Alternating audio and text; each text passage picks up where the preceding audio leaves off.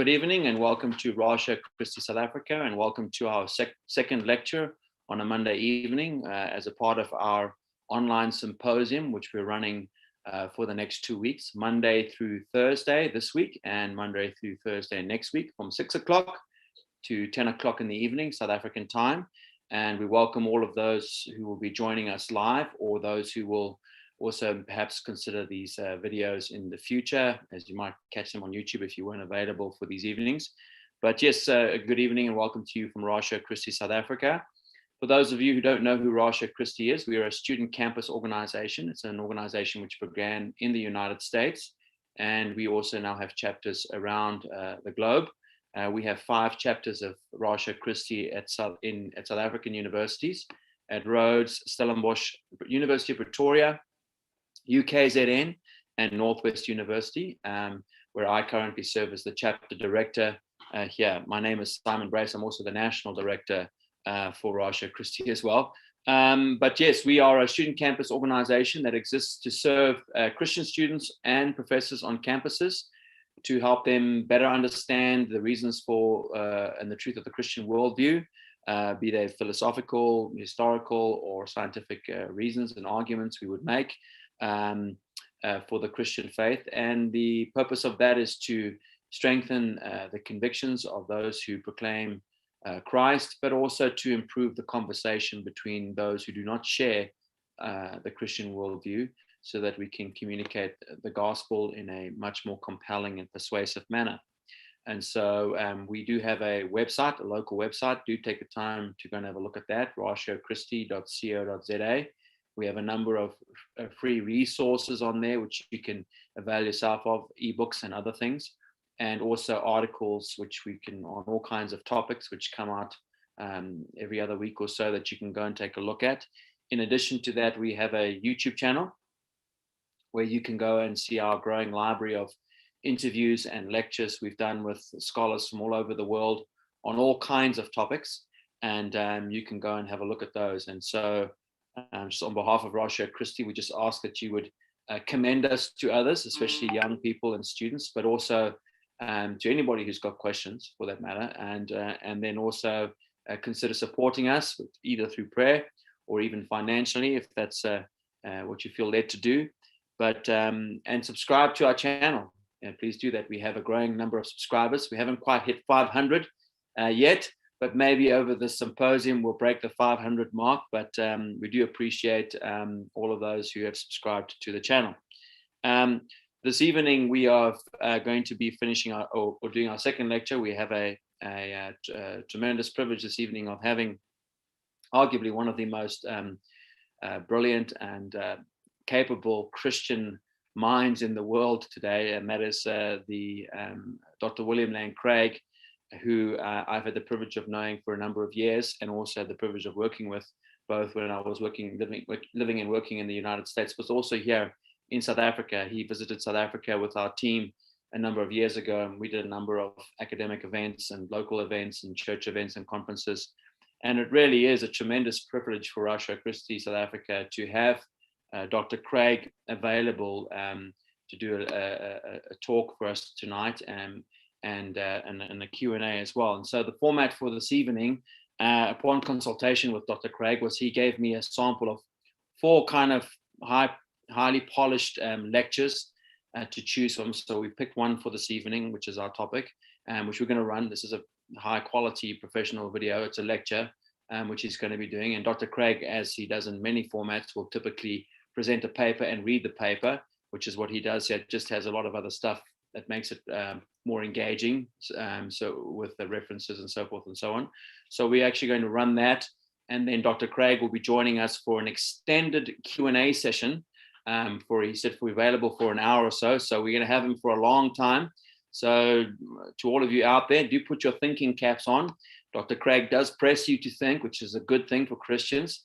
And please do get your questions together and post those in the comment section on the YouTube channel there, where we will gather them, and I'll pick those up on my end here, and then I'll run those through for us then. For those of you who don't know anything about Dr. William Lane Craig and why you ought to listen to him, I'll just give you a short bio of his. Dr. Willian Lane Craig is the visiting scholar of philosophy at Talbot School of Theology and professor of philosophy at Houston Baptist University. He and his wife, Jan, have 2 grown children. At the age of 16, as a junior in high school, he first heard the message of the Christian gospel and yielded his life to Christ. Dr. Craig pursued his undergrad studies at Wheaton College for his bachelor's, and then he got did his graduate studies at Trinity Evangelical Divinity School, and then got a PhD from the University of Birmingham in England. And then he also got another doctorate in the University of Munich in Germany in 1984. From 1980 to 1986, he taught philosophy of religion and Trinity, during which time he and Jan started their family. In 1987, they moved to Brussels, Belgium, where Dr. Craig pursued research at the University of Louvain until assuming his position at Talbot in 1994. It really is a privilege to have Dr. Craig. He's one of the most accomplished Christian speakers and debaters, but having known him for a number of years, the thing I love about him the most is he is a very zealous evangelist, and he loves the gospel more than anything else. And so he will take any opportunity to talk about Jesus, which is the most precious thing to me about him. But anyway, let's dive into our lecture now from Dr. Craig, and you guys get ready for your questions, and we'll chat to you in about 40 minutes.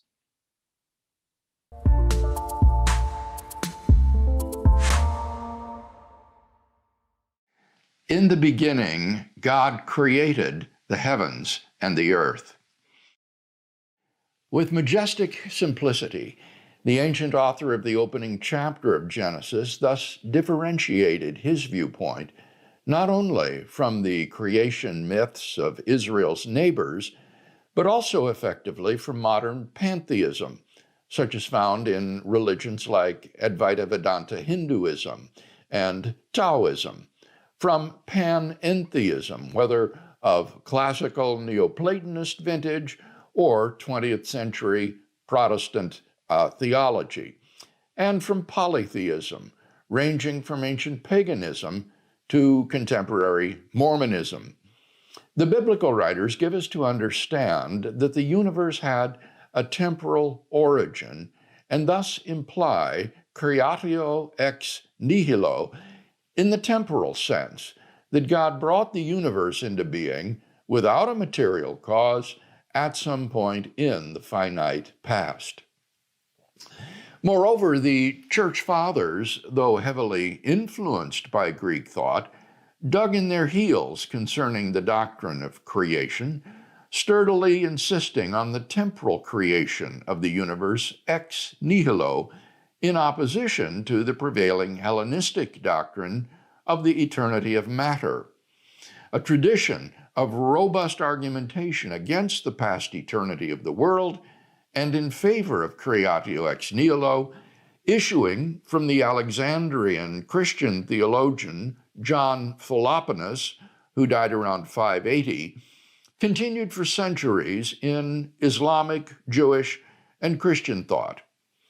In 1215, the Catholic Church promulgated temporal creatio ex nihilo as official church doctrine at the Fourth Lateran Council, declaring God to be the creator of all things, visible and invisible, who by his almighty power, from the beginning of time, has created both orders in the same way out of nothing. This remarkable declaration not only affirms that God created everything apart from himself without recourse to any material cause, but even that time itself had a beginning. The doctrine of creation is thus inherently bound up with temporal considerations and entails that God brought the universe into being at some point in the past without any antecedent or contemporaneous material cause. In today's paper, I leave aside the fascinating philosophical arguments raised by the doctrine of creatio ex nihilo, which I've sought to explicate elsewhere, in order to focus upon the relevance of contemporary science in particular astrophysics, and still more specifically, physical cosmogony to creation ex nihilo. Two independently but closely interrelated lines of physical evidence are relevant to the doctrine of creation ex nihilo, namely the evidence from the expansion of the universe and the evidence from the thermodynamic properties of the universe. Due to time limitations, we shall consider only the evidence to the expansion of the universe. In Aristotelian physics, prime matter, of which all physical substances are composed, is, like God himself, eternal and uncreated. It underlies the eternal process of generation and corruption undergone by things in the sublunary realm. In its large-scale structure, the universe has remained unchanged from all eternity. Even with the demise of Aristotelian physics in the scientific revolution completed by Isaac Newton, the assumption of a static universe remained unchallenged. Although Newton himself believed that God had created the world, the universe described by his physics was, to all appearances, eternal. The assumption that the universe was never created was only further reinforced by Hermann Helmholtz's statement in the 19th century of the laws of the conservation of matter and energy. Since matter and energy can be neither created nor destroyed, there must have always been and will always be a universe. That is to say, the universe is temporally infinite in the past and the future. To be sure, there were already clues in pre-relativistic physics, like Olbers's paradox of why the night sky is dark rather than aflame with light if an infinity of stars has existed from eternity past, or like the second law of thermodynamics, which seemed to imply that the universe, if it has existed from eternity, ought to be moribund in a state of equilibrium, that there was something wrong with the prevailing assumption of an eternal static universe. But these niggling worries could not overturn what was everywhere taken for granted, that the universe as a whole has existed and will exist unchanged forever. Tremors of the impending earthquake, which would demolish the old cosmology, were first felt in 1917, when Albert Einstein made a cosmological application of his newly discovered gravitational theory, the general theory of relativity. Einstein assumed that the universe is homogeneous and isotropic, and that it exists in a steady state with a constant mean mass density and a constant curvature of space. To his chagrin, however, he found that general relativity would not permit such a model of the universe unless he introduced into his gravitational field equations a certain fudge factor, lambda, in order to counterbalance the gravitational effect of matter and so ensure a static universe. Einstein's static universe was balanced on a razor's edge, however, and the least perturbation, even the transport of matter from one part of the universe to another, would cause the universe to either implode or to expand. By taking this feature of Einstein's model seriously, the Russian mathematician Alexander Friedmann and the Belgian astronomer Georges Lemaitre were able to formulate independently in the 1920s solutions to the field equations which predicted an expanding universe. The monumental significance of the Friedmann-Lemaitre model lay in its historization of the universe. As one commentator has remarked, Up until this time, the idea of the expansion of the universe was absolutely beyond comprehension. Throughout all of human history, the universe was regarded as fixed and immutable, and the idea that it might actually be changing was inconceivable. But if the Friedman-Lemaitre model were correct, the universe could no longer be adequately treated as a static entity, existing in effect timelessly. Rather, the universe has a history, and time will not be a matter of indifference for our investigation of the universe. In 1929, the American astronomer Edwin Hubble's measurements of the red shift in the optical spectra of light from distant galaxies, which was taken to indicate a universal recession of the light sources in the line of sight, provided a dramatic verification of the Friedman-Lemaitre model. Incredibly, what Hubble had discovered was the isotropic expansion of the universe predicted by Friedman and Lemaitre on the basis of Einstein's general theory of relativity. It was a veritable turning point in the history of science. Of all the great predictions that science has ever made over the centuries, exclaims John Wheeler, was there ever one greater than this? To predict, and to predict correctly, and to predict against all expectation a phenomenon so fantastic as the expansion of the universe.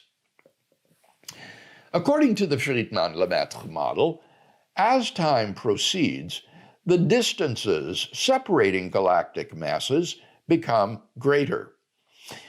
It is important to understand that as a general relativistic theory, the model does not describe the expansion of the material content of the universe into a pre-existing, empty Newtonian space, but rather the expansion of space itself.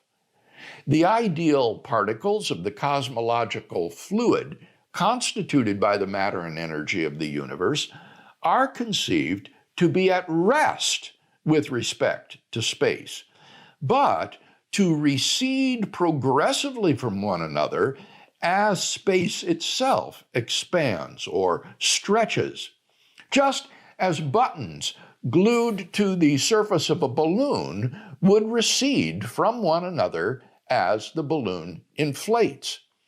As the universe expands, it becomes less and less dense.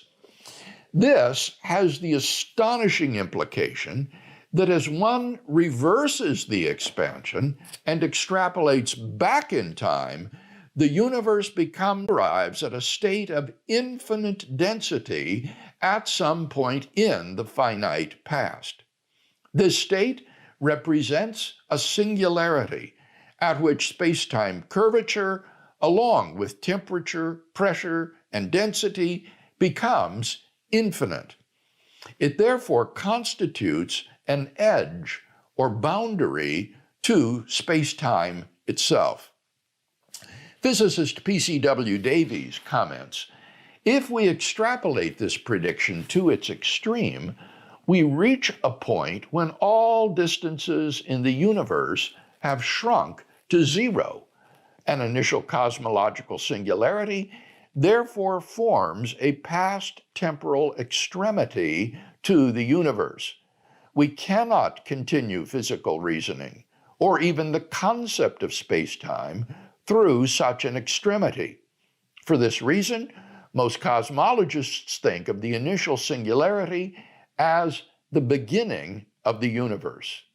On this view, the Big Bang represents the creation event, the creation not only of all the matter and energy in the universe, but also of space-time itself. The term Big Bang, originally a derisive expression coined by Fred Hoyle to characterize the beginning of the universe, predicted by the Friedman-Lemaitre model, is thus potentially misleading, since the expansion cannot be visualized from the outside, there being no outside, just as there is no before with respect to the Big Bang. The standard Big Bang model, as the Friedman-Lemaitre model came to be called, thus describes a universe which is not eternal in the past, but which came into being a finite time ago.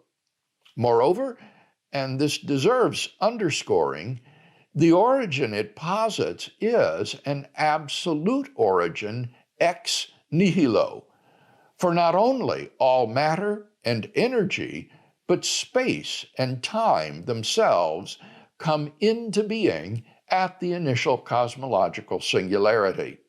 As John Barrow and Frank Tipler emphasize, at this singularity, space and time came into existence.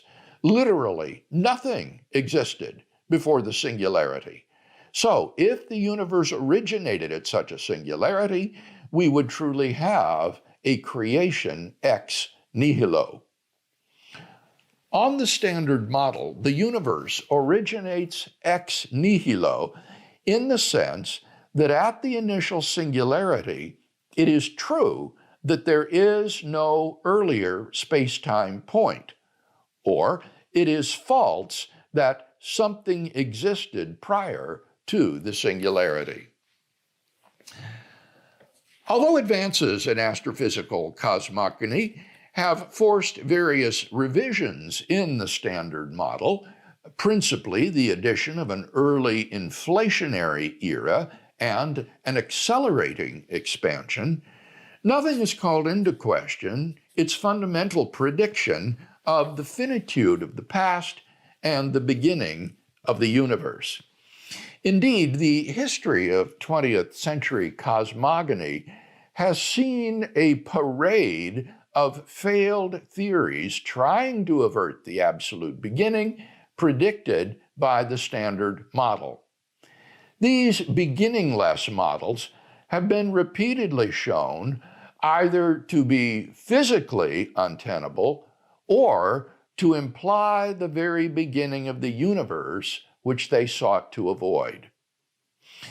Meanwhile, a series of remarkable singularity theorems has increasingly tightened the loop around empirically tenable cosmogonic models by showing that under more and more generalized conditions, a beginning is inevitable.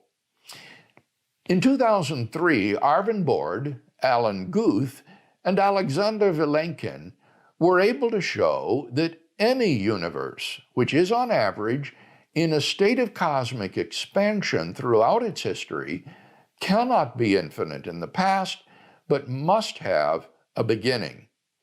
In 2012, Vilenkin showed that cosmogonic models which do not fall under this single condition fail on other grounds to avert the beginning of the universe. Vilenkin concluded there are no models at this time that provide a satisfactory model for a universe without a beginning. More recently, Vilenkin strengthened that conclusion. We have no viable models of an eternal universe. The Bord-Guth-Vilenkin theorem gives reason to believe that such models simply cannot be constructed. Cosmologist Sean Carroll, in an effort to subvert the implications of the Bord-Guth-Vilenkin theorem, has recently cited privately communicated remarks from Alan Guth to the effect that I don't know whether the universe had a beginning. I suspect that the universe didn't have a beginning. It's very likely eternal, but nobody knows.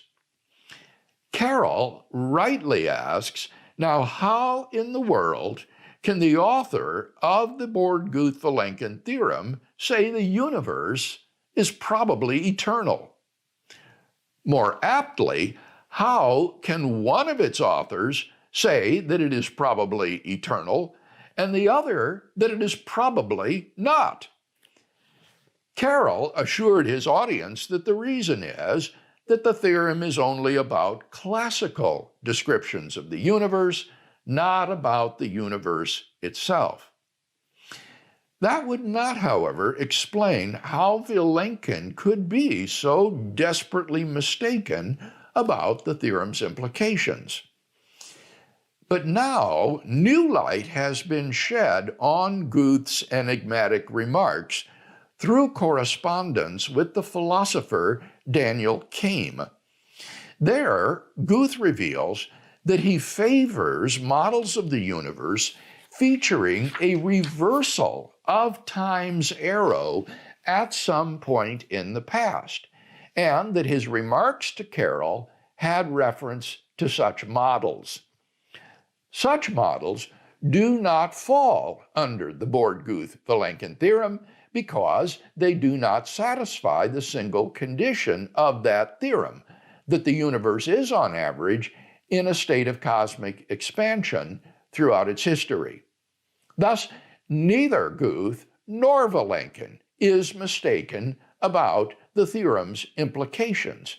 Rather, Guth just advocates a model to which the theorem does not apply.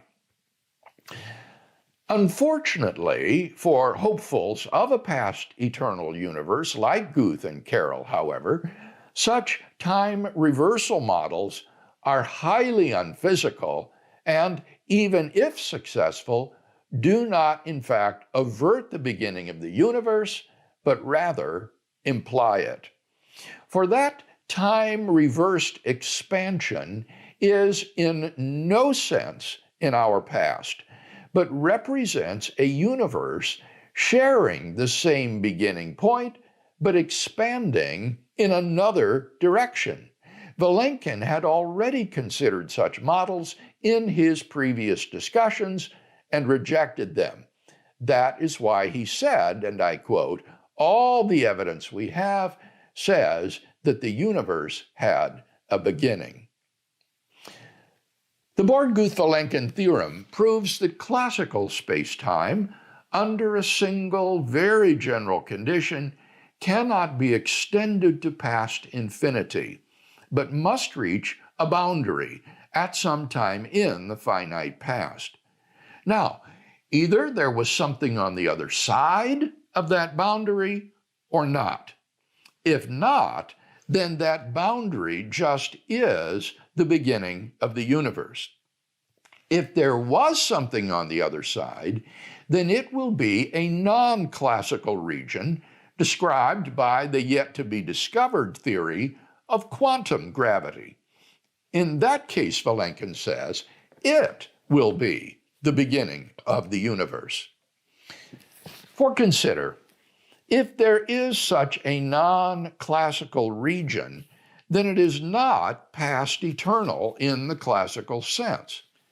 But neither does it seem to exist literally, timelessly, akin to the way in which philosophers consider abstract objects to be timeless, or theologians take God to be timeless.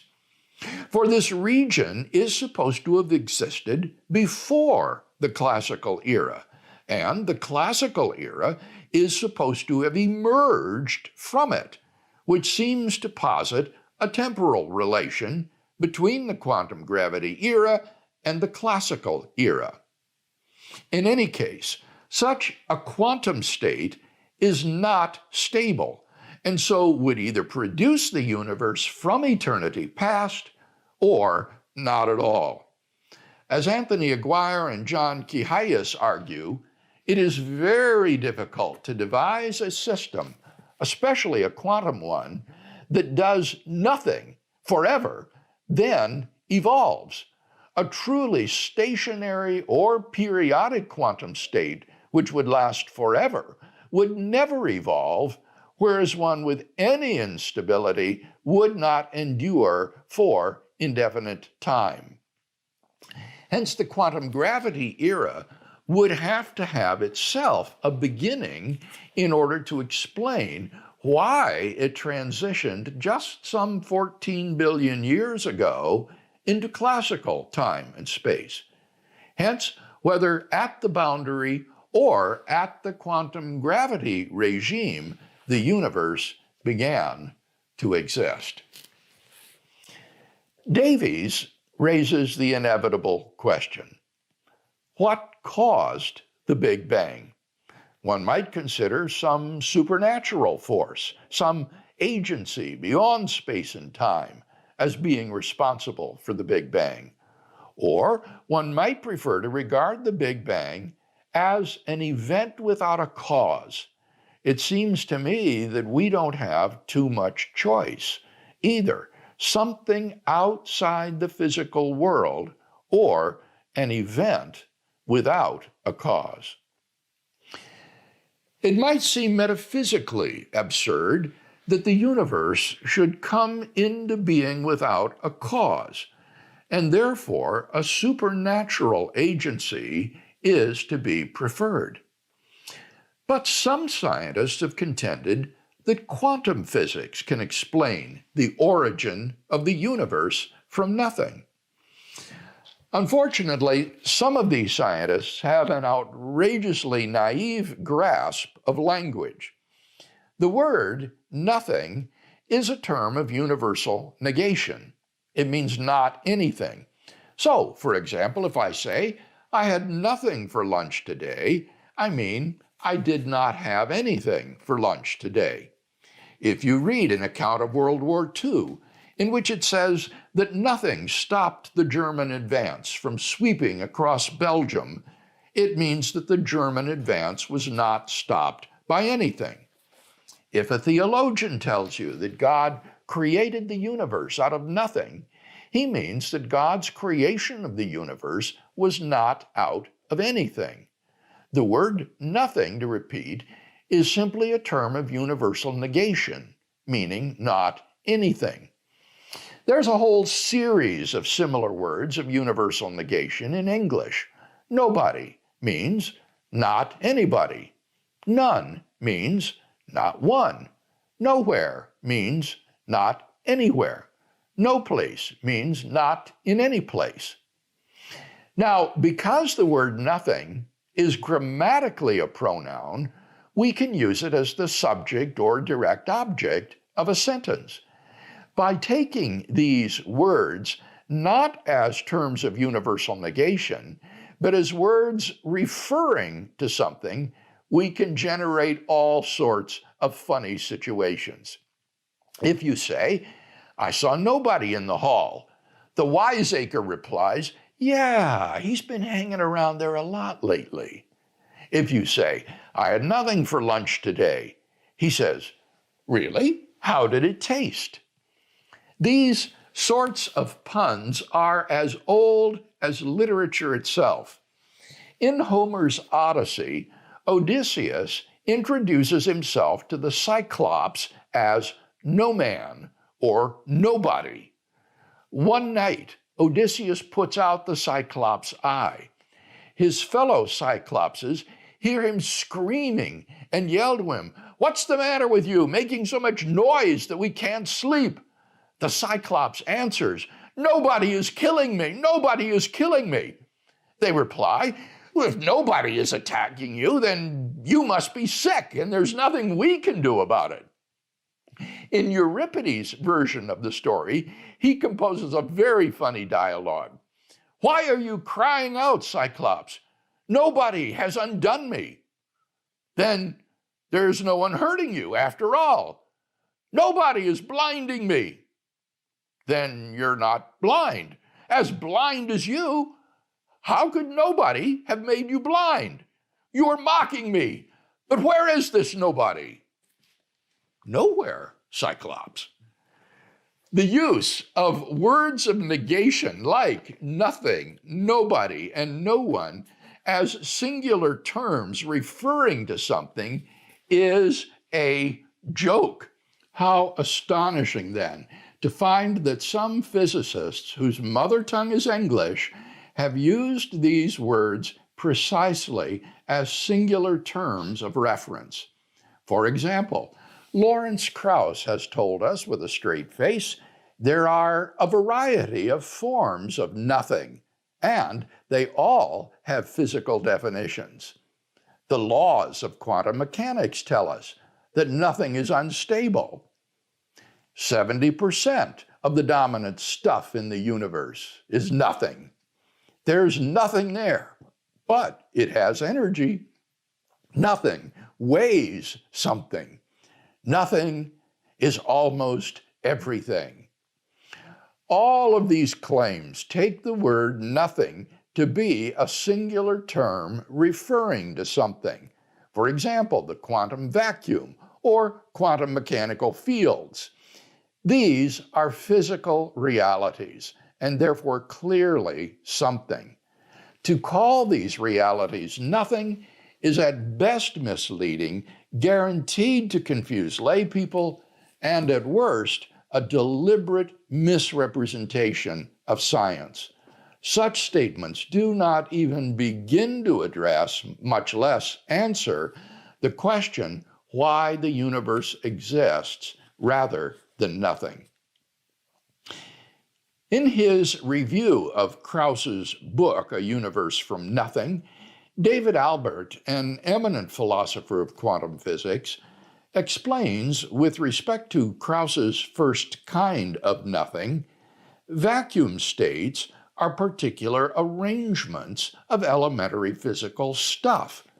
The fact that some arrangements of fields happen to correspond to the existence of particles and some don't is not a whit more mysterious than the fact that some of the possible arrangements of my fingers happen to correspond to the existence of a fist, and some don't.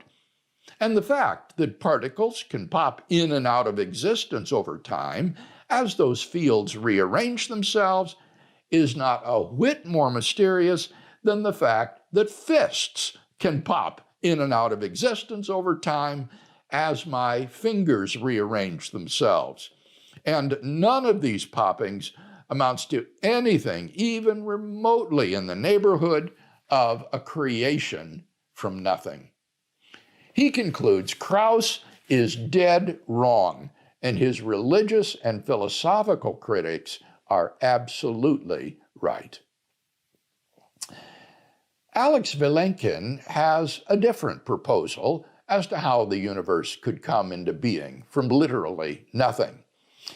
In response to the claim of a supernatural agency, he says, regarding the Borde-Guth-Vilenkin theorem and its relation to God, I think the theorem implies the existence of a rather special state at the past boundary of classical space-time.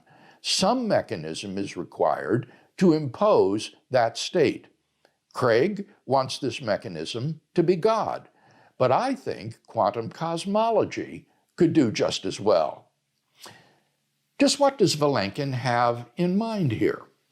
Well, he explains, modern physics can describe the emergence of the universe as a physical process that does not require a cause.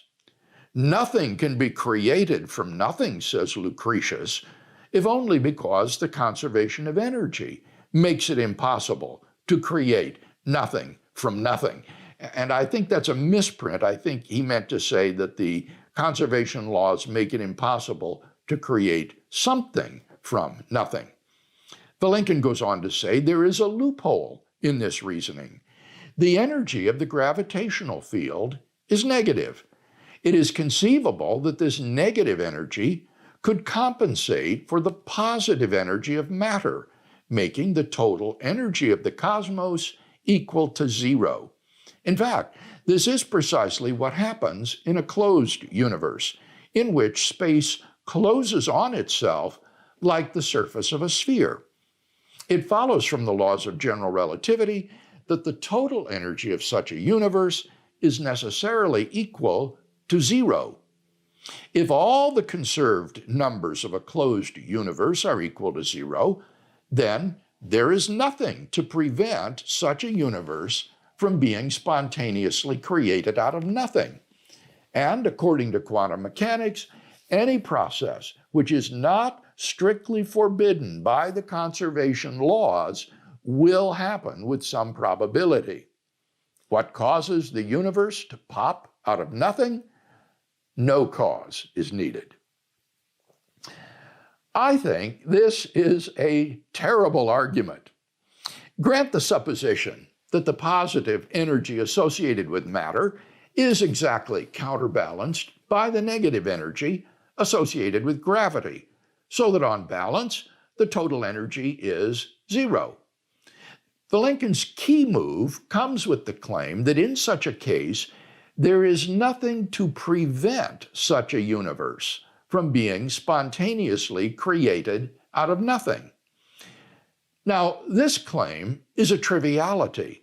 Necessarily, if there is nothing, then there is nothing to prevent the universe from coming into being. By the same token, if there is nothing, then there is nothing to permit the universe to come into being. If there were anything to prevent or permit the universe's coming into being, then there would be something, not nothing. If there is nothing, then there is nothing, period. The absence of anything to prevent the universe's coming into being does not, however, imply the metaphysical possibility of the universe's coming into being from nothing. To illustrate, if there were nothing, then there would be nothing to prevent God's coming into being from nothing. But that does not entail that such a thing is metaphysically possible. It is metaphysically impossible for God to come into being, even if there were nothing to prevent it, because nothing existed.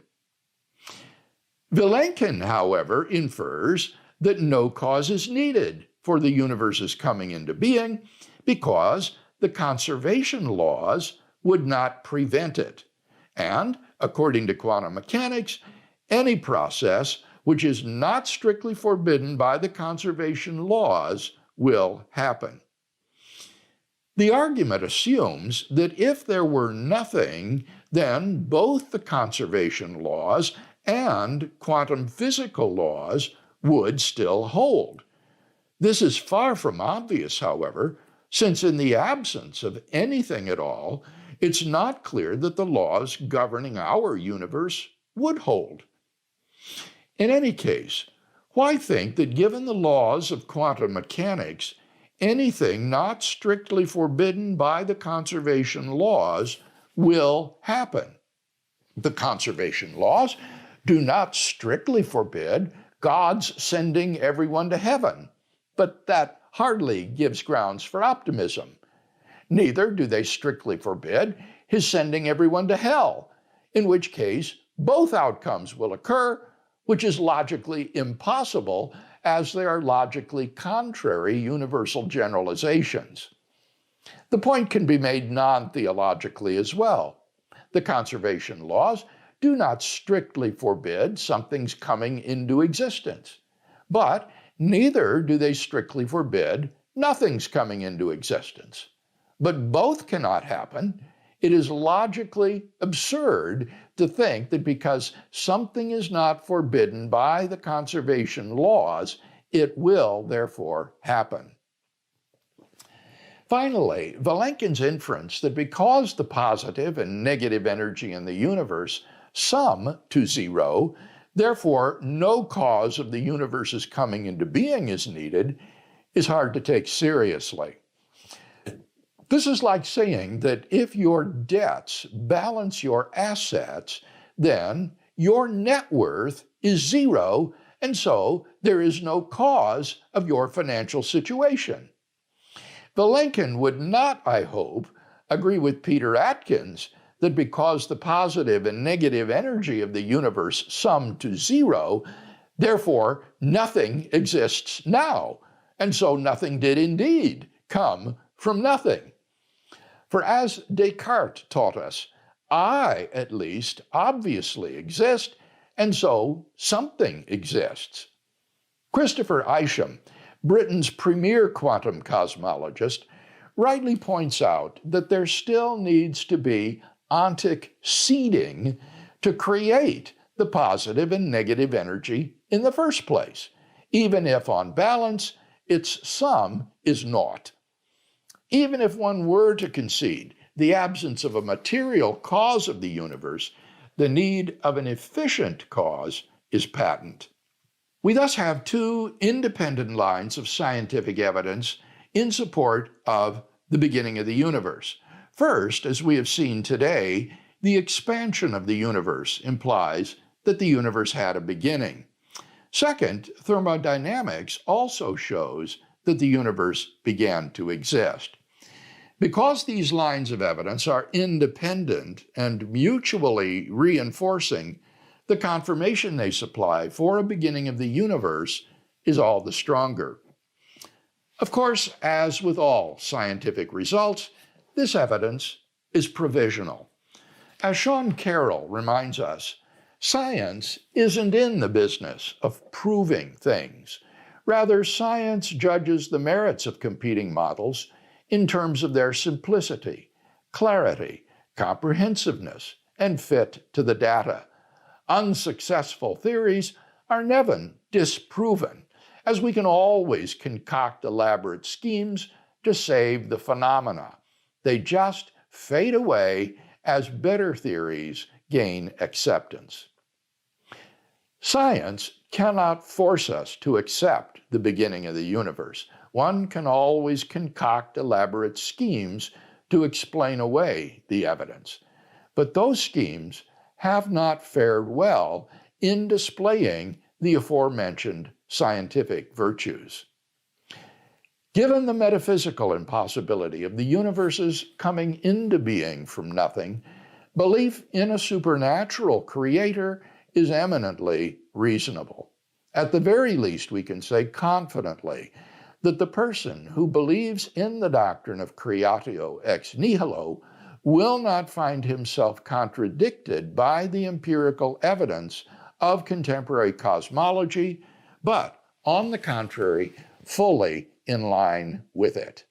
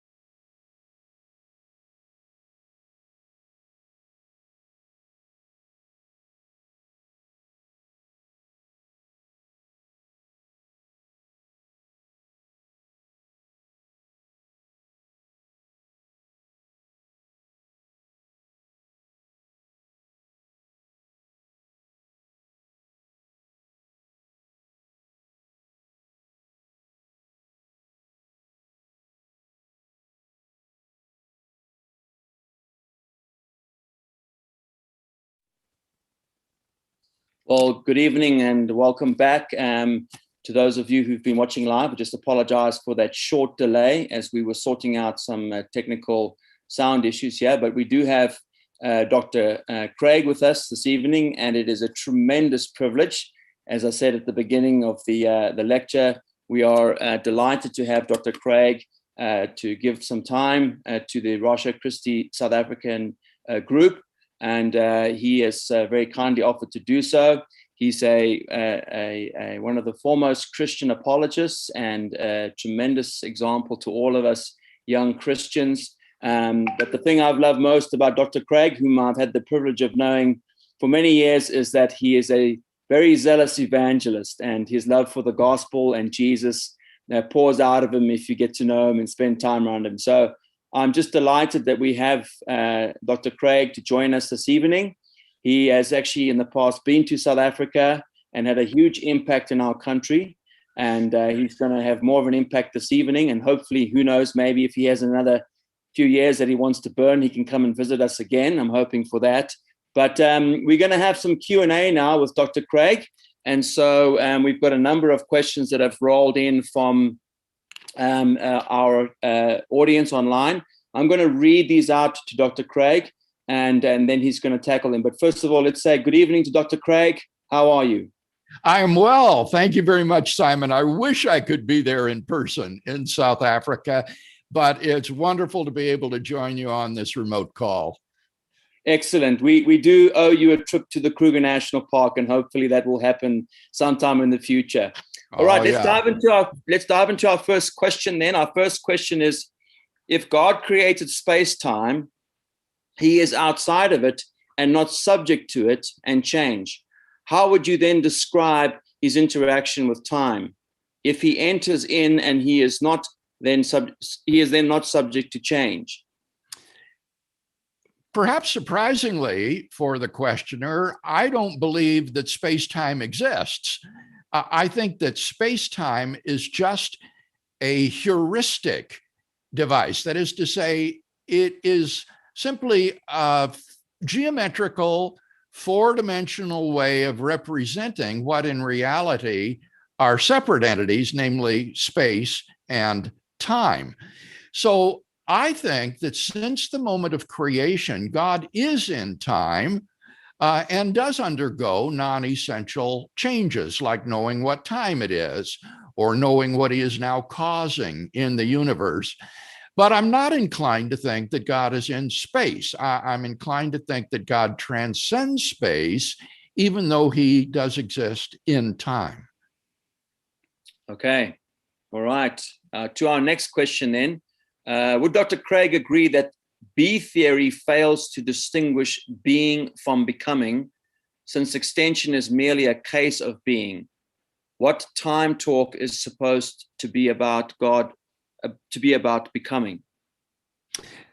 For those who lack the background of the questioner, he's referring to a theory of time according to which the difference between past, present, and future is just a subjective illusion of human consciousness. In fact, all events in time, whether past, present, or future, to us are equally real and existent. And therefore, temporal becoming is not an objective feature of the world. It's simply a subjective feature of human consciousness. I think at the end of the day that the questioner is correct that what these proponents of the so-called B theory of time or tenseless theories of time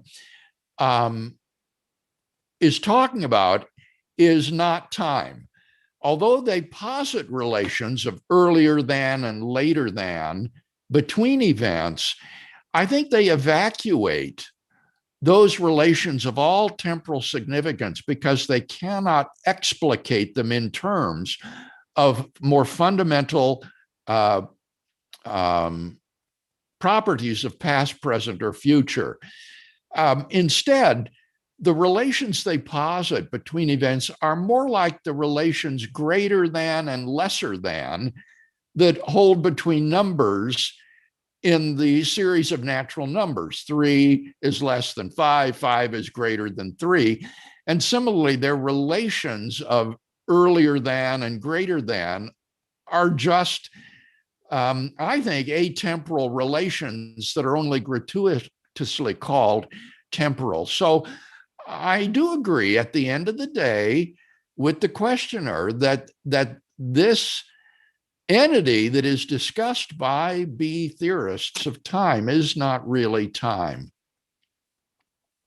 Okay. This next question, is the coming into being of new souls an example of God creating ex nihilo? I didn't quite catch it. The coming into being of what? New souls, new souls. I'm still not understanding. You, Saul. New as in new souls, a new soul, S-O-U-L, new souls. Is the coming into being of new souls an example of God creating ex nihilo? Okay, I'm afraid I just don't understand the question, Simon. Okay. So well, I can't answer that. All right, fine. Well, we'll move on then. Neither do I. So I'm going to push on to the next question then. When agnostic and cosmologist Alexander Willian says that all evidence in the science community points that the universe had a beginning, which evidence is he talking about? Well, he's talking primarily about the evidence for the expansion of the universe, which would be based on things like the redshift in the light from distant galaxies, the abundance of the light elements that were created in the first fraction of a second of the Big Bang, like deuterium and hydrogen, and then the uniformity of the microwave background radiation in the early universe, plus his own theorem, the Borde-Guth-Vilenkin theorem, which shows that the past cannot be extended indefinitely into the past, but must reach a boundary at some point. You can try to evade the Borde-Guth-Vilenkin theorem by denying its fundamental general condition. But then what Vilenkin will do is appeal to other evidence, for example, that these so-called cyclical universes will run into problems in getting involved in very messy conditions at the moment of the rebound to a new universe that would prevent them either from rebounding or would prevent us from seeing the homogeneity of the universe. So it's a whole range of evidence that conspires to establish the conclusion with a good degree of probability that the universe is not past eternal. Okay. And by the way, if readers are interested, Vilenkin has a very nice popular book on cosmology for the curious, I think is the title, and is a beginner's book, and he lays all of this out in that book. Okay, excellent, excellent. Though, commend that to the viewers to go and look at that resource. Okay, the next question has, I think, more to do with theology in terms of, as opposed to science. Dr. Craig, if God has created space-time, he is outside of it and is not subject to it and change. How would you then describe his interaction with time? If he enters in, is he then not subject to change? Well, that's very similar to the earlier question where I said, I don't think that space-time exists. Space-time is just a diagrammatic device for representing space and time together on a single chart, as it were. You could do the same thing with temperature and pressure. You could have a chart where one axis is the pressure, and as the pressure increases on the other axis, the temperature goes up. But there isn't any such thing as temperature pressure. Similarly, I don't think there's any such thing as space-time. And so I think that God is, in fact, in time since the beginning of the universe, and that he does undergo these trivial changes, like knowing what time it is.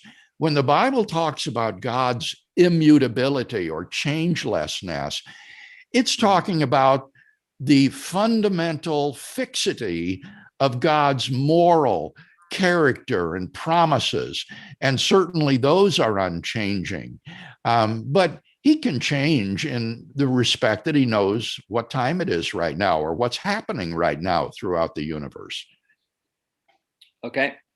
Some more questions rolling in here. This is, I think there's two questions related here. The first one is two prominent no beginning models are the Hawking-Hartle no boundary universe and Roger Penrose conformal cyclic cosmology. What are your thoughts about them? Well, with respect to the Hartle-Hawking model, that actually is a model that involves a beginning. This is very evident in Hawking's recent book with Leonard Mlodinow, where they characterize the initial point of space-time as the beginning of the universe. What the model does not involve is a singularity. The point at which the universe begins is just like any other point in space-time, and therefore the laws of physics don't break down. They can be traced all the way back to the beginning. So the model does involve a beginning. It just doesn't involve a singularity. Now, as for the Penrose model, a very eminent cosmologist whose name I shall not reveal recently said to me that Penrose's model really isn't taken seriously in the contemporary cosmological community. And the reason is because it's based on an alien physics. It doesn't work according to the known laws of physics. And so Penrose has to invent a sort of alien physics to make the model work. And until the model can be made consistent with the laws of physics, there's little chance that it's really going to be taken seriously as a realistic option for the universe rather than just an interesting mathematical model. Okay. And since we are talking about your response to Roger Penrose's model, I did take the time to listen to your interview with Roger Penrose on the Justin Brierley show, Unbelievable. Yes. I would like for you maybe to take a few minutes for us and unpack some of that exchange there, because I was itching to ask you some questions. Oh. One of which is I would love for you, maybe if you can just share that interaction with Roger, but maybe explain to those who don't know who Roger Penrose is and why he is so significant. But if maybe you can unpack that for us a bit, that exchange, and share your thoughts. But I wanted to ask you, at a moment in the interview, you kind of bring him to the conclusion of what the first cause might be. And then he says to you, well, what must I do with that? Right. And of course, I wanted to say, well, you need to worship that if that's what it is. But maybe you can unpack a bit of that exchange, because I thought it was very rich. And I can also direct the people who are listening in this evening to go to Unbelievable channel on YouTube and go and listen to that rich exchange. But maybe you could share a bit about that discussion. Certainly. To dialogue about these issues with Sir Roger Penrose, one of the greatest physicists of all time, was beyond my wildest dreams. And Penrose is a scientist who has a strong philosophical streak. He asks deep philosophical questions about science.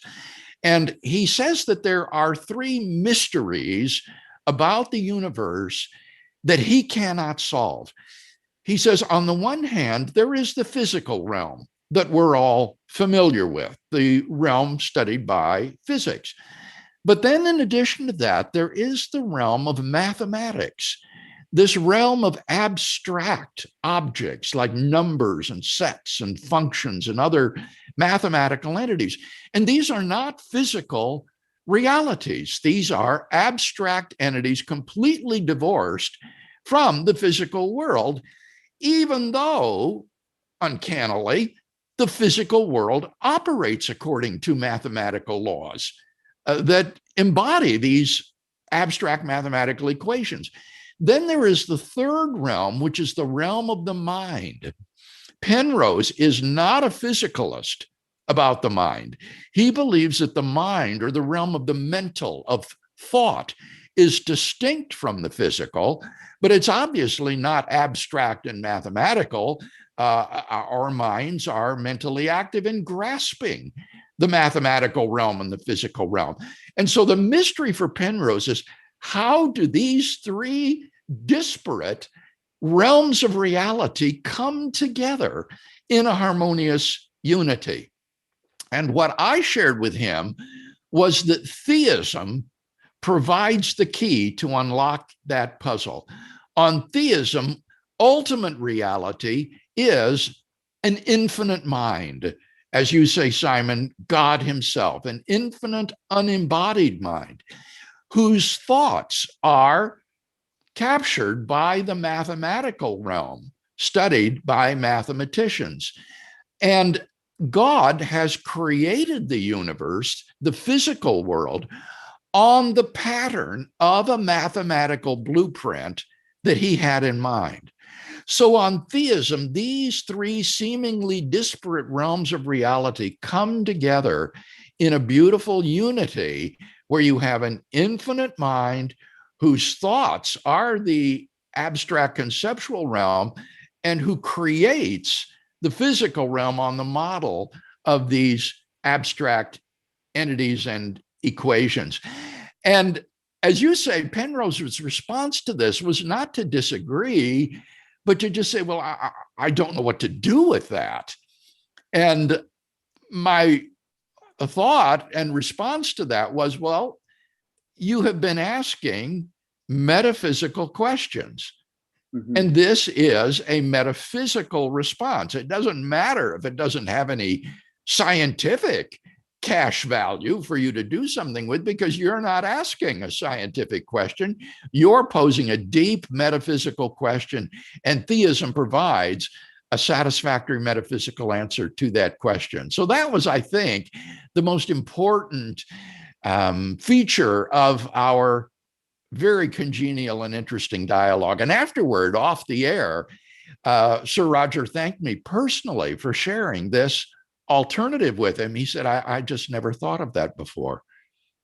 Yes, I also thought it was a tremendous conversation because it really opened up those questions. And of course, in studying church history and the varieties of arguments for the existence of God, of course, they're all then begin to line up and queue up with a cumulative case, you know. Yes. So I was just hoping that you could have had more time to just push that even further. But well, I didn't want to be too heavy-handed about evangelizing Sir Roger. And so you notice that I didn't identify this infinite mind as God. I thought that would be obvious for anybody to be able to read between the lines. But you're exactly right. I mean, what I was saying is the same sort of thing that great theists like Augustine and Aquinas said long ago.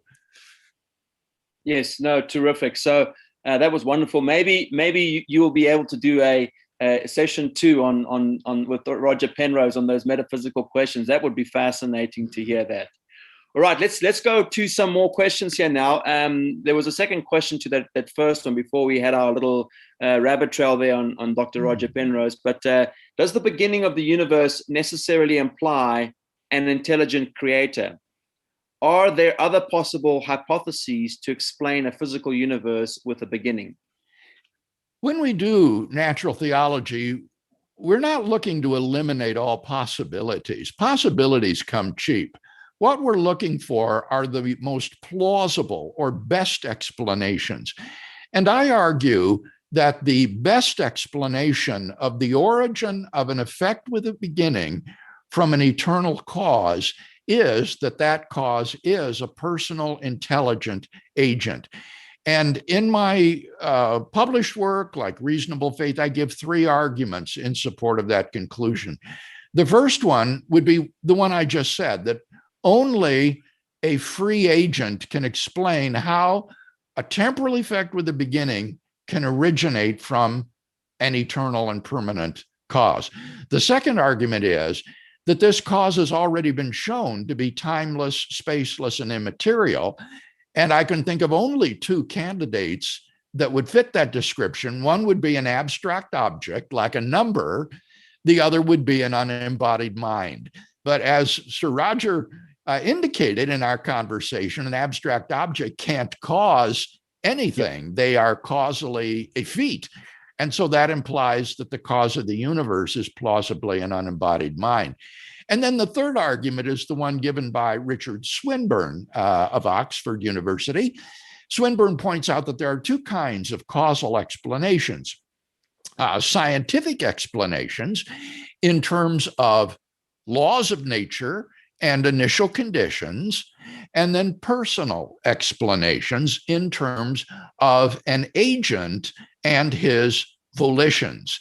And as Swinburne argues, a first state of the universe cannot be explained in terms of laws of nature and initial conditions because there aren't any prior initial conditions. And therefore, an absolutely first state of the universe can only be explained by means of a personal explanation in terms of an agent and his volitions. And I think those are three very powerful, mutually reinforcing arguments for thinking that the cause of the origin of the universe is a personal free agent. Excellent, excellent.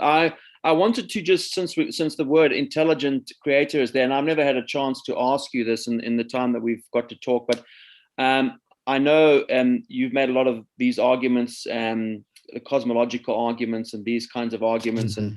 But I'm just interested to know what you make of the contemporary design arguments that are around today. And maybe that in light of, for example, things like the concession of Francis Crick to something like directed panspermia, which is to kind of see this design and then go, well, there's because when he puts that out as a possible option, it kind of, in my estimation, maybe I'm wrong, is a concession to granting that there is at least an intelligence there. But then, of course, you're stuck with either it being a divine intelligence or some other aliens, and then that just kind of kicks the can down the road. So I've never had a chance to ask you about what you think of the design arguments, but maybe if you could comment on those for me, I would love to hear your views on the design arguments. Well, the hypothesis of panspermia that you referred to would be the notion that intelligent life, or perhaps a creator, has seeded the earth with intelligent life, that it came from elsewhere in the cosmos. Intelligent life did not originate on this planet, but it came from somewhere else. Now, this type of objection, Simon, is directed against design arguments based upon life on Earth. And I think that the cutting edge discussion of design arguments today is much broader. It's based upon the fine tuning of the entire universe for intelligent embodied life. And their panspermia won't go any distance to explaining how these initial conditions of the universe could be fine-tuned for embodied intelligent life any place in the cosmos, not just on Earth, any place. And so I think the contemporary argument from the fine-tuning of the Big Bang for embodied intelligent agents is extremely powerful. The response of skeptics to this form of the argument is typically to posit some sort of multiverse hypothesis, where you have an infinite array of universes whose fundamental constants and quantities are randomly ordered, so that somewhere in the ensemble, by chance alone, intelligent embodied agents would appear. And lucky us, we're living in one of those worlds. And in my published work, I've shared, in fact, what is Sir Roger Penrose's, I think, devastating criticism of using this multiverse hypothesis to try to explain away the fine-tuning of the universe. So I do think that this argument is very powerful and does suggest that the universe is the product of a transcendent designer who has established the laws of nature and set the constants and quantities in such a way as to permit the evolution and existence of intelligent life in the cosmos. Okay. And what would be your understanding in terms of the fine-tuning arguments and their relationship to some of the teleological arguments in terms of, like, you know, the arguments being made from semiotic structures, information systems, and biological structures? Yeah. And what is your view on the relationship between those kinds of arguments there? What I would say is that the fine-tuning argument shows that it is incomprehensibly improbable that these finely tuned initial conditions of the universe could have arisen by chance alone. And these other arguments that you mentioned about the evolution of biological complexity on Earth simply layer on more improbability, just improbability upon improbability, so that the chance hypothesis becomes even more untenable. So they're, in a word, they're complementary to each other. Okay. Yeah, that's interesting, because of the arguments that I enjoy, I really appreciate some of the design arguments that are being made, particularly by people from the Discovery Institute. Many of those scholars that I've enjoyed, some of that's been quite helpful. I don't know. I wanted to ask you, maybe you have, maybe you haven't. Did you ever get a chance to read Thomas Nagel's book when that came out a few years ago? Where I know is a very famous atheist and philosopher. I actually, when that book came out, I got in touch with him, and I wrote him an email and asked him if he would be interested in doing a dialogue between himself and Alvin Plantinga, because I thought a conversation between him and Alvin Plantinga would have been fascinating. So this was when I was in the US. I was trying very hard to organize it, but he declined, and as I understand, it was because he has a bad hearing problem as well. So he was struggling with that. So, but anyway, because I thought that would be a conversation. But did you read Thomas Nagel's book, and what did you make of his concessions towards the some of the discovery scholars like Stephen Meyer and Michael B, and also his concession to the notion of morality and being in the universe? So I'd be interested to see what you thought of Thomas Nagel's work. Yes, I did read that, and it's remarkably candid, where he says it's not that theism lacks prominent defenders. He says some of the most intelligent philosophers that I know today are theists. He says it's that I just don't want God to exist. I don't want to live in a universe like that. So he's very candid about that. But his explanation of mind in the universe, which was, remember again, one of those three areas that I talked to Sir Roger about, the mind, the mental, he's also not a physicalist. He doesn't think that you can reduce the mind to the brain or just brain states. But as I recall, it's been some years since I've read it, he's a kind of panpsychist, I believe. And I think that's just a desperate alternative. I think it's far more plausible to think that there is a transcendent mind that has created the universe than to think that somehow matter is inherently imbued with mind or consciousness. So I think, again, it just shows the desperation out there among thoughtful philosophers who want to resist theism. Excellent. Well, thank you very much. Another question here. Dr. Craig, thank you for all your hard work and for showing us how to love the Lord with your entire heart, soul, and mind. What advice would you give to young Christians going into the academy? Oh my, there's so much one could say. I would say, first of all, really lay a good foundation in high school before you even go off to university. And then I would say at the university, I would recommend following some sort of liberal arts curriculum where you will study a wide variety of the disciplines on the undergraduate level so that you will become a well-rounded, well-educated person.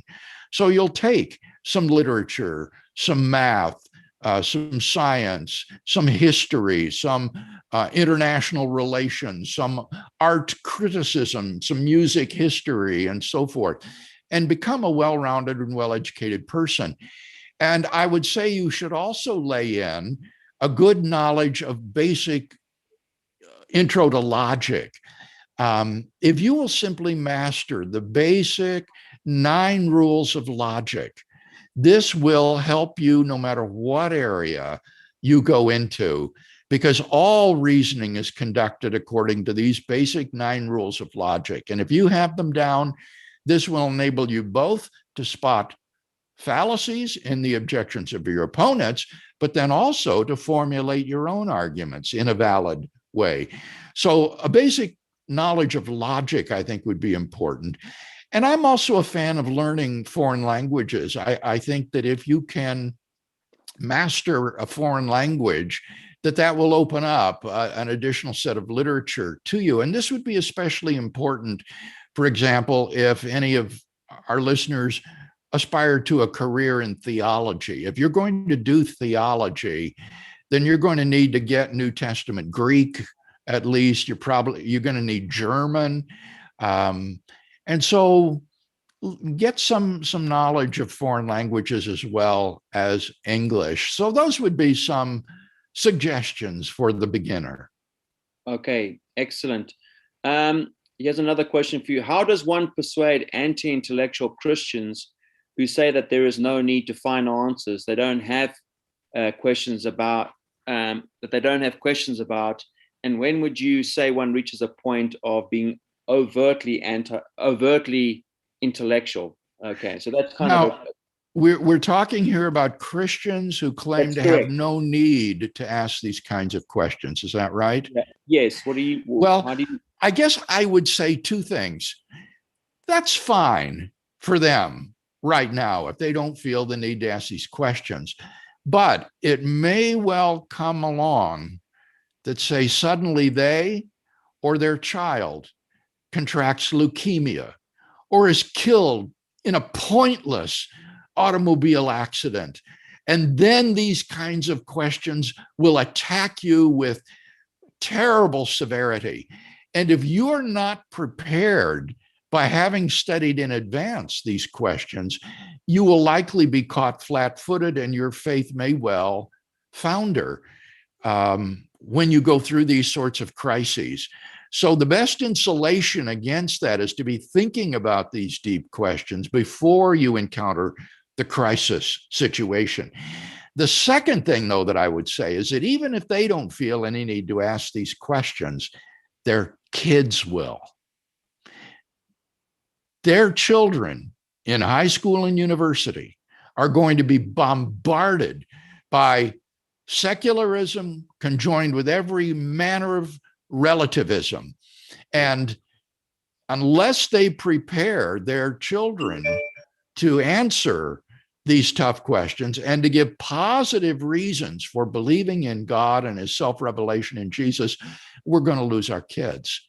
They're going to walk away from the faith and become secularist. And that will break the heart of any Christian parent.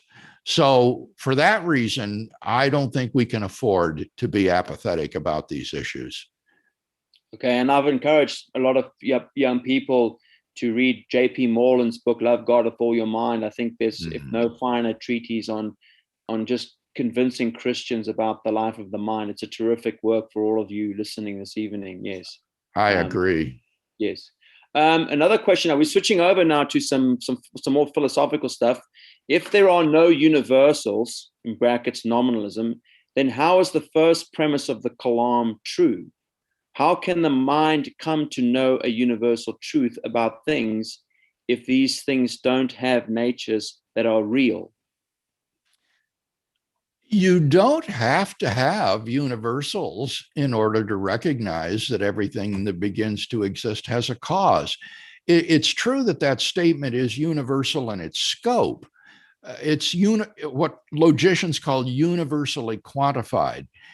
Logically, it states for all X, if X begins to exist, then X has a cause. But that's not about universals. in the sense that nominalism debates. Universals in that sense are properties that are exemplified by particular things. And so he mustn't confuse being universal in quantificational logic with the metaphysical question of whether or not universals exist.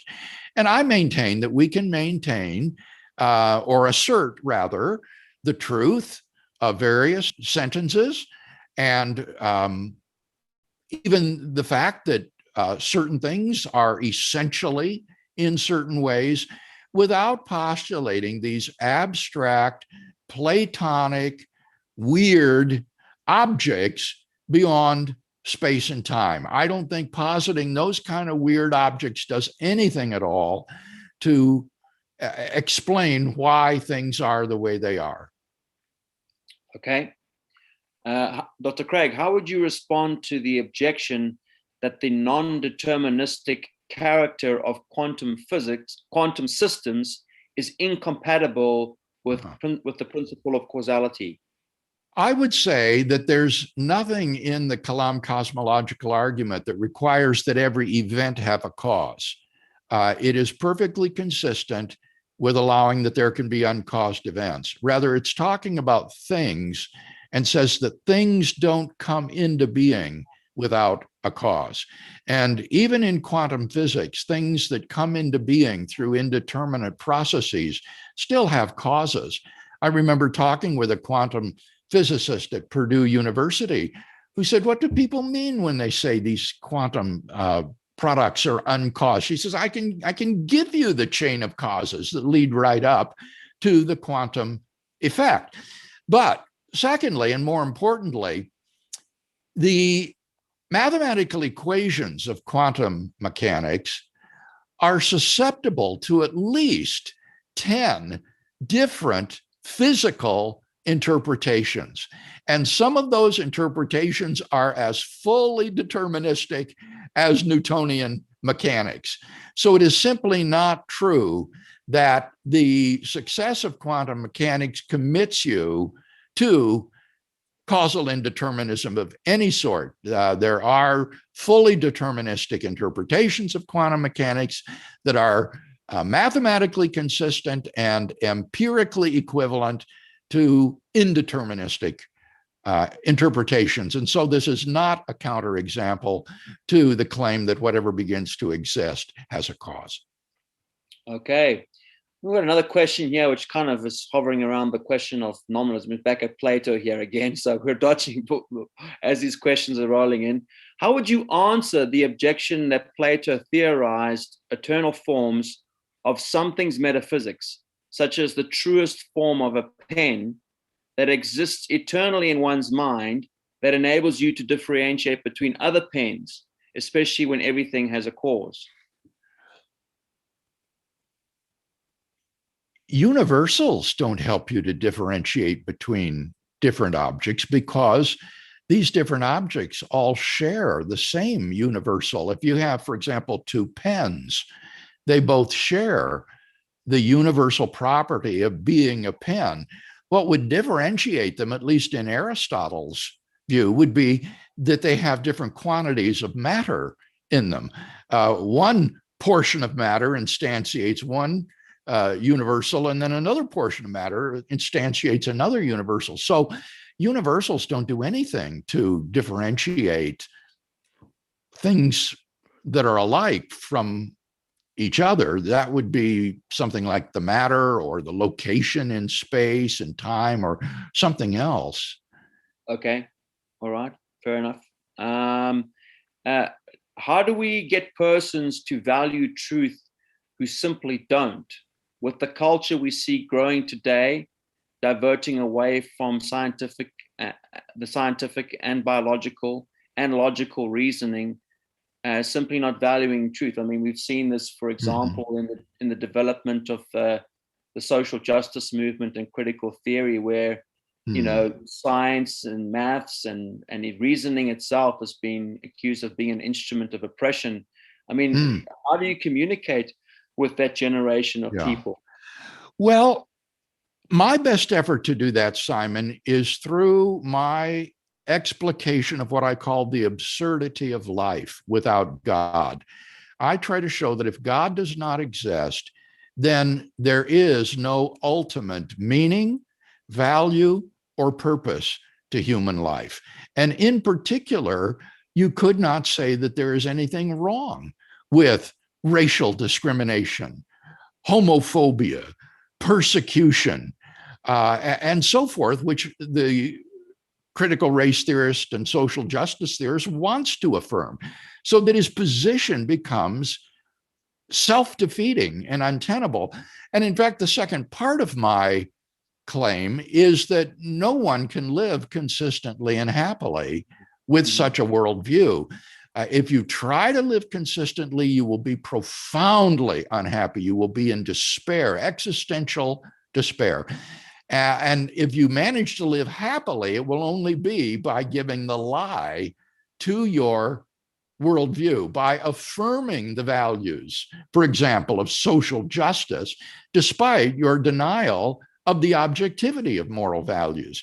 So I think that the person who tries to deny the existence of God and yet maintain objective meaning, value, and purpose in life is deeply, deeply conflicted.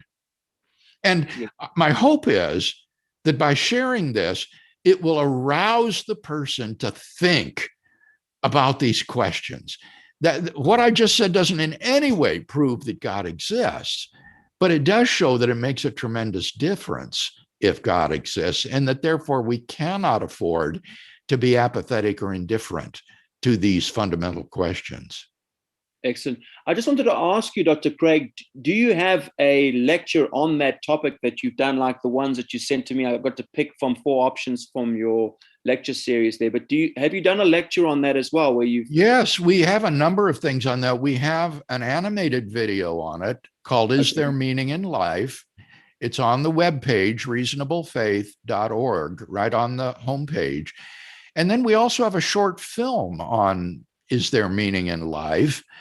And I believe, yes, there is also a talk on YouTube on the absurdity of life without God that I've sometimes given at various universities. So yes, this is available for visual viewing, as well as available in writing in, for example, my books on Guard or Reasonable Faith. Okay, excellent. And just to commend all of the audience to check out those resources. Dr. Craig, we are slowly coming towards the end of our time slot here.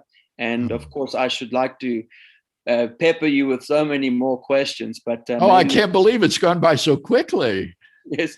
But I do appreciate the time that you've given us for this. And we just terrific to catch up with you again. It's been quite some time since we were in touch, but just want to say thank you so much for giving us about an hour of your time for a Q&A. And thank you for all the work that you do and the books you write and the young people that you inspire.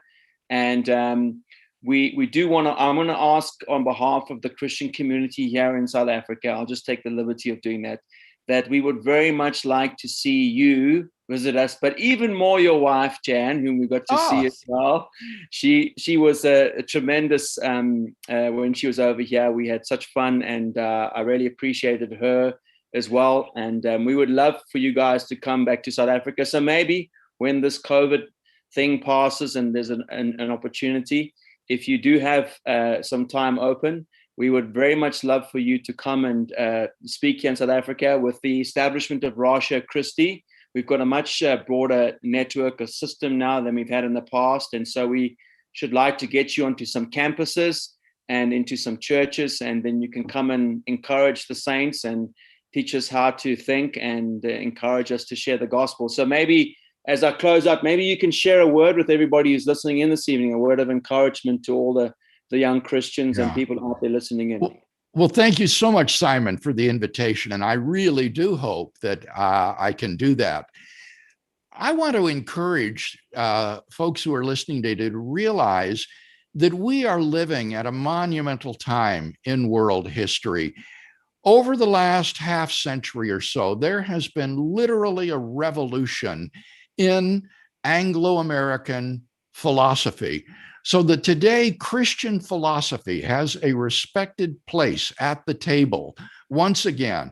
And some of our finest philosophers at our most prestigious universities are outspoken Christians. Moreover, modern physics is more open to the existence of a transcendent creator and designer of the universe than it has been at any time in recent memory. And in New Testament studies as well, there has been a revolution with respect to the reliability of the Gospels and the credibility of the historical Jesus, so that today the Gospels are widely regarded as credible sources for the life and teaching of the historical Jesus. And so we as Christians are very well positioned today to win back places of influence at our cultural institutions, including our universities. And so I want to say to you there, do not be discouraged by the secular society around you that can seem so pressing. Look at the big picture. And when you do, I think you can see that we are living at a time that is ripe for the expansion of the Christian gospel around the world. Well, thank you very much for those encouraging words, Dr. Craig, and lots of love from the braces to Jan. And thank you once again for all that you do for us. God bless, and we'll be in touch. Thank you.